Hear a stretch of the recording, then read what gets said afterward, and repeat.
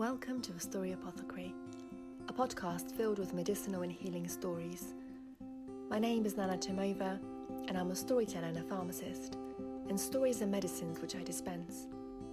In this podcast, you will find my prescriptions of stories for the body, mind, heart and soul. So I invite you to join me as we enter the healing world of stories together.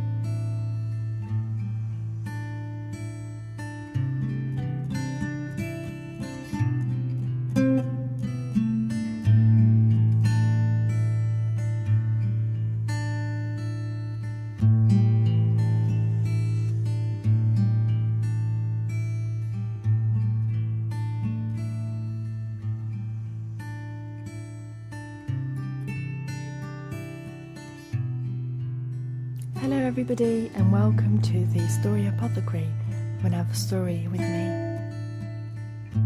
I really enjoy recording these, and I look forward to telling you stories on this podcast. And this is what I do. I don't read, I tell, because I'm a storyteller. And I am recording this on a very grey and cloudy Monday morning. It is now we're in the first quarter of December now, and the temperature is dropping and it's getting colder, and there's frost and there's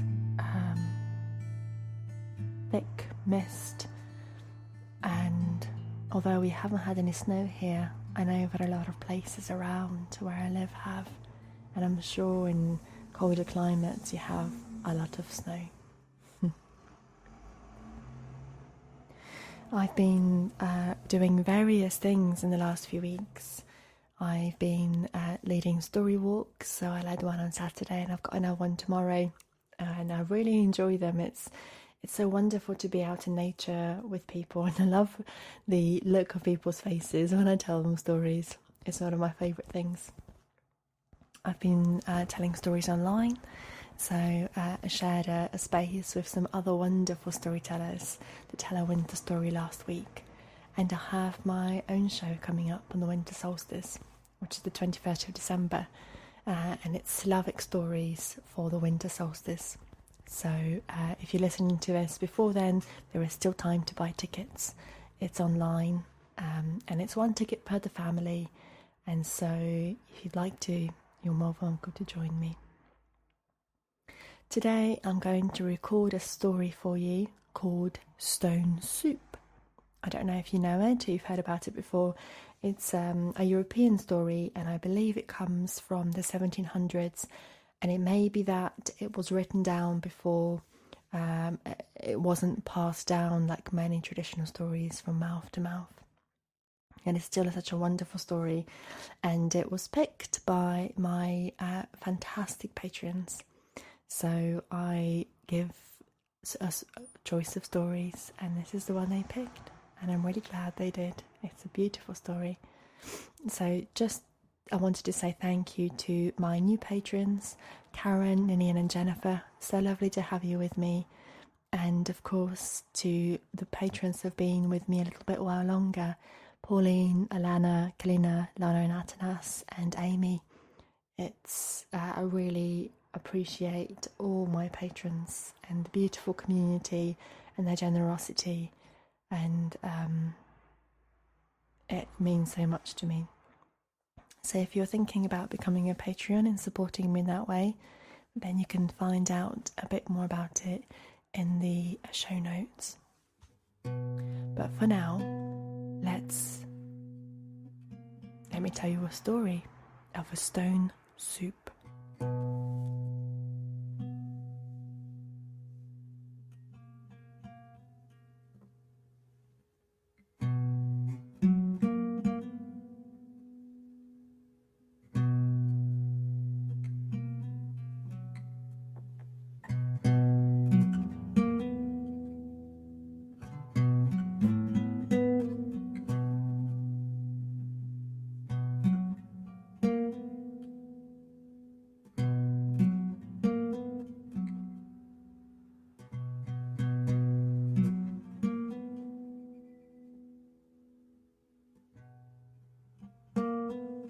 Once upon a time, a long, long time ago, there was a traveller.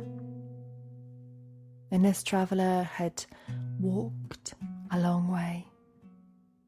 On foot he'd been from city to city, from town to town, from village to village. He'd be walking for a long time. He was footsore, he was weary, and he was tired, and most of all, he was hungry. He didn't have much with him. Some shoes, dusty shoes from the road with the leather falling apart. Some clothes which had bigger holes now, and a small parcel on his back with just a few things. The food had run out, and he had been walking for a few days now with an empty belly. He walked through this village towards the end of the day, just before the dusk, and he saw this little house, and he thought, well, I'll see, perhaps they might have a little bit of food for me. And so he knocked on the door. And inside, a woman, she peeped, pulled the curtain slyly to have a little look. She said, look at him. I wonder what he might want. And she opened the creaky door. Yes? Who are you? I'm a tired and hungry traveller, he responded. What do you want? Please, may I have something to eat? Perhaps a crust of bread or some leftovers or something to fill my belly. I haven't had food such for a long time. We're all poor here. I doubt you'll find anyone who has extra food to spare. We're all hungry. We haven't had anything to feed our families with for quite a long time. There's nothing I can give you. And she shut the door in his face. Well, the traveller, he was tired and hungry, but he also knew that this was not the right time to give up, so he gently persisted. He knocked on the door again. The woman couldn't believe it. Yes? Didn't I tell you I don't have any extra food? Well, said the traveller, since you are poor like me, perhaps we can share some soup together. And he pulled out of his pocket a pebble, a large, flat, grey pebble, a stone that he'd carried with him. Stone soup, she said. Stone soup? You can't make soup from a stone. Of course you can, he said. I've done it before.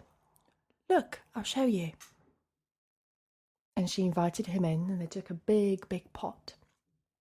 And they put the stone and put some water, heated up with a fire underneath it, and then sat down to wait. And the water started to boil, and the steam started to rise in the house, so they opened one of the windows very slightly. And he went towards the pot and lifted the lid, and he said, and he took a little spoon and oh, it tastes very nice. It's almost done, but do you know what it would make it better? If we had just a little bit of salt and just a little bit of pepper. I have salt and pepper.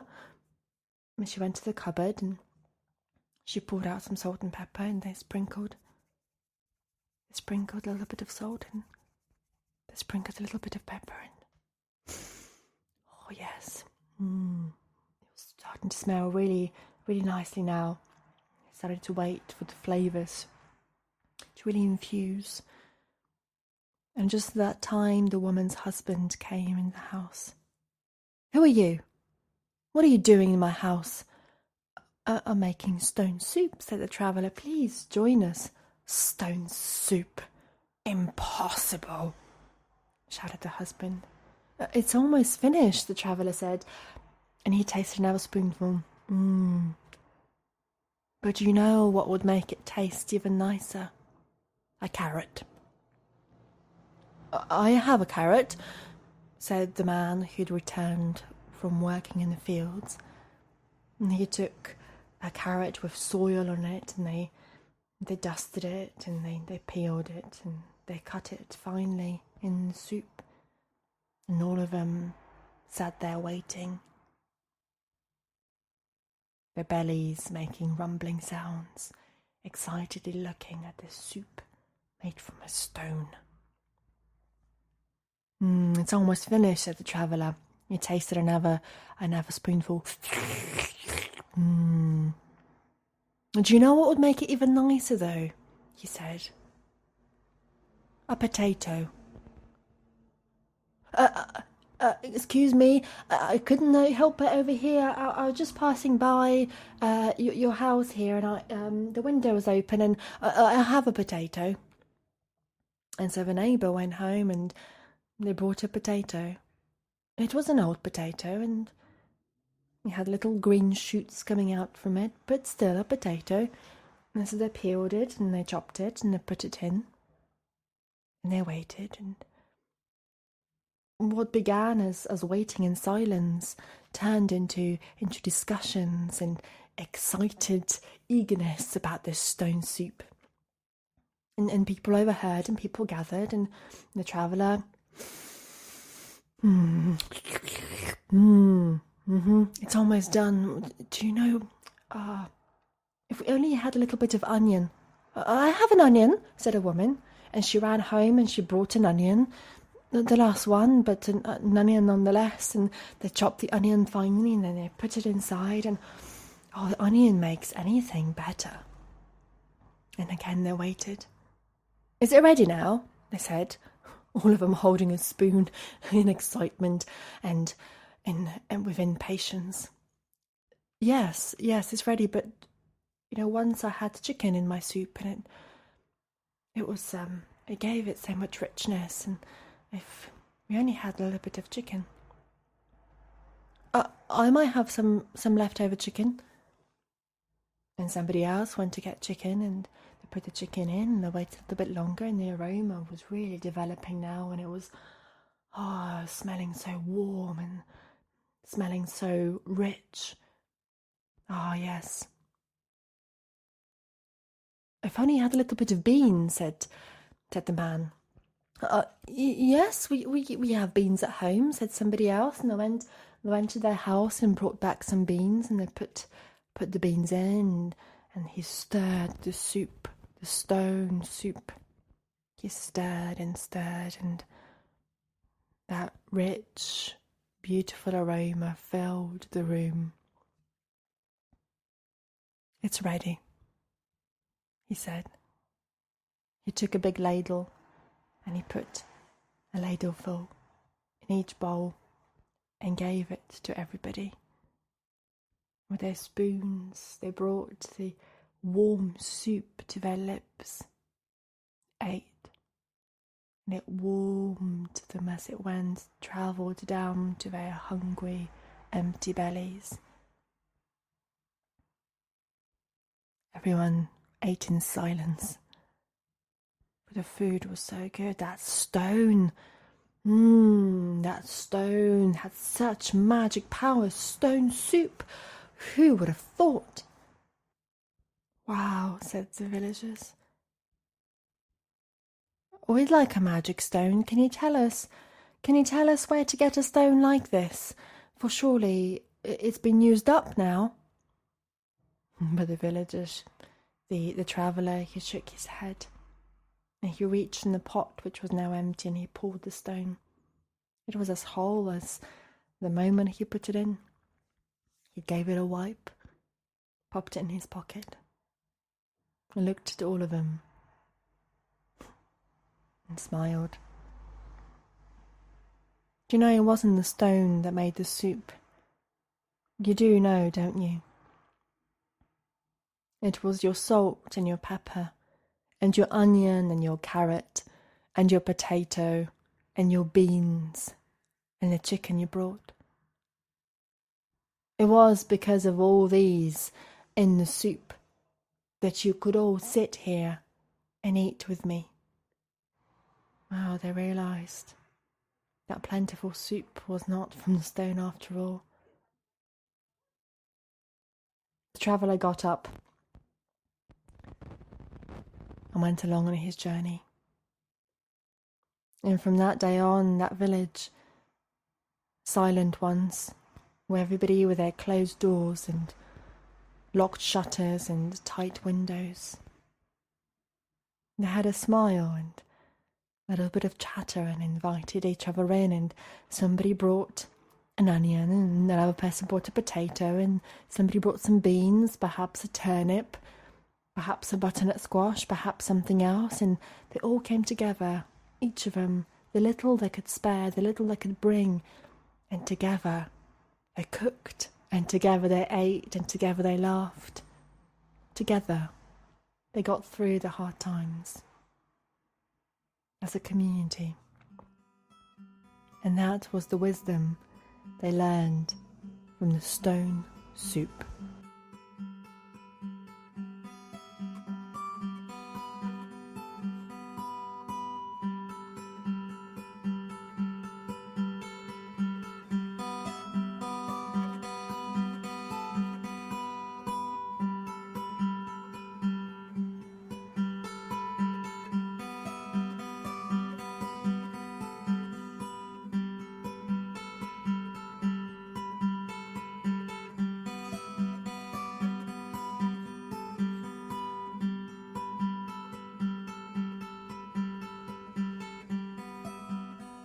Well, there isn't much to say about the story as it speaks about itself, but I thought it's such an important story to tell at the moment,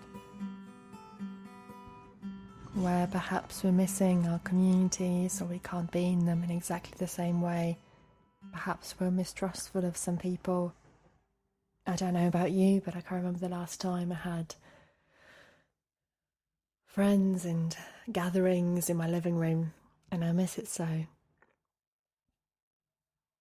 But I wanted to reflect upon the importance of community and being together in whichever way that is possible for us to be together, and to remember those relationships that are so important to us. And perhaps one day soon, in the months to come, we can all safely gather and enjoy eating from a big cauldron a stone soup.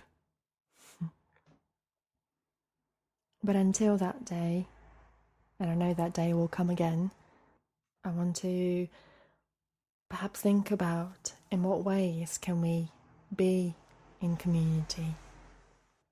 In what way can we show up and give? And also in what way can we receive?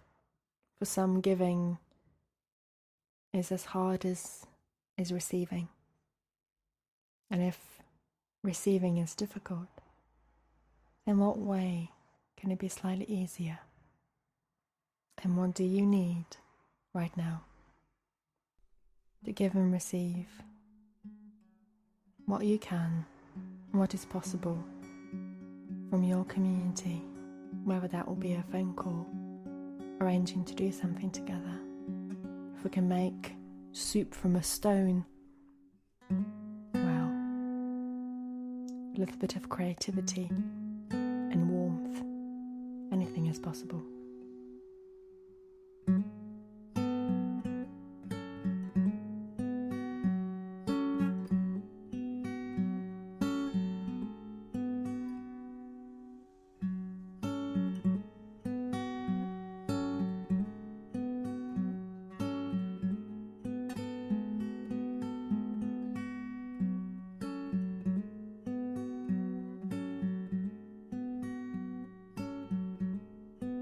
Have a great few weeks, and I look forward to seeing you again in the Story Apothecary very soon. Much love from me. Goodbye.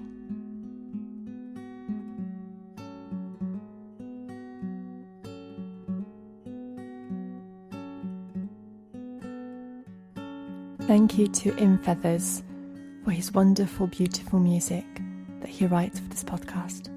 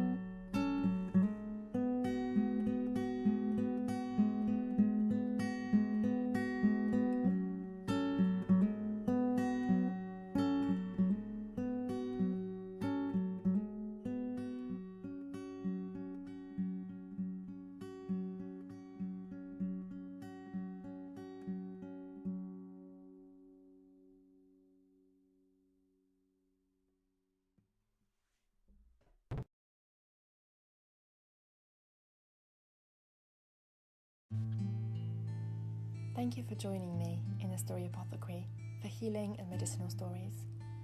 I hope we'll meet again. Until next time.